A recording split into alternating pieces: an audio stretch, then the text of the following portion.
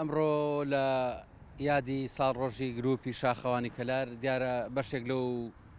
ئەندامانێک گروپ کە دەرفەتیان هەبوو هاتین بۆ بەرزایەکانی بەردەسوور نزیک کەمپی زانکۆ بۆی لەم یادەدا چالەشێک ئەنجام دەین بە پاکردنەوەی ناوچەکە لە خۆڵ و خاشاک و بە تایبەتی شوشە. دیارە ئامانجی ئەمە لەوەیە بەڕاستی نەریتێک دروستکەین بۆی خەڵک خۆی وردە وردە لەسەرەوە ڕابێکە ژینگەکەی خۆی شارەکە خۆی وڵاتەکەی خۆی ئەو جوگرافیە کە تێیدا دەژی پاکی کاتەوە ژینگەکەی پاک ڕاگرێت چکە لە بیرمان نەچێ ژینگەکەمان پەیوەندی ڕاستە خۆی بەژیانی ئێمە هەیە، پەیوەندی بە ئێسا و ئایندە ئێمە پەیوەندی بەنەوەکانی کە هەیە بۆیە بەڕاستی وەکو کللتورێکەمانەوەی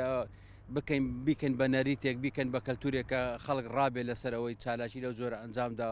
ئەوە خۆی شارەکەی خۆی پاکاتەوە بەبێ ئەوەی پەنا بۆ شارەوانی بەرین بچکە قسێکی جوان هەیە لە هەر کەسەوە ئەگەر بەردەم ماڵەکەی خۆی پاکاتەوە هەموو شارەکە پاکە بێتەوە.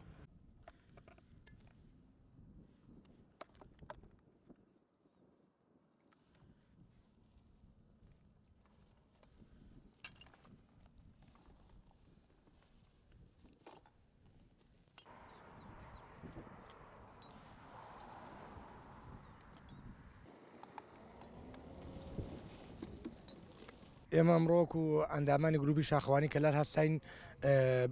بە هەڵمەتی پاکردنەوەی ژینگە لە بەیانی زۆ هاتون ئێستا کاژمێر تقریبان دەی سەر لە بەیانیە هیوادارین خەڵک ژینگە بپارێزێت و گرنگی بە پاکوخاوی بدات و چونکە ئەم جێگایانە دوای ئێمە کەسی کێ لەسەری دانیشە دێتە ئێرە بۆ خۆمان پاکە وەکو لە دینیشە وتراوە پاکوخاوی نیوەی ئیمانە هیوادارم ژنگە پارێزن و چاوێک لەم ئەندامە بەڕێزانی گروپی شاخەوانی و ئێمە بکەن بۆ پاکردنەوەی ژینگە.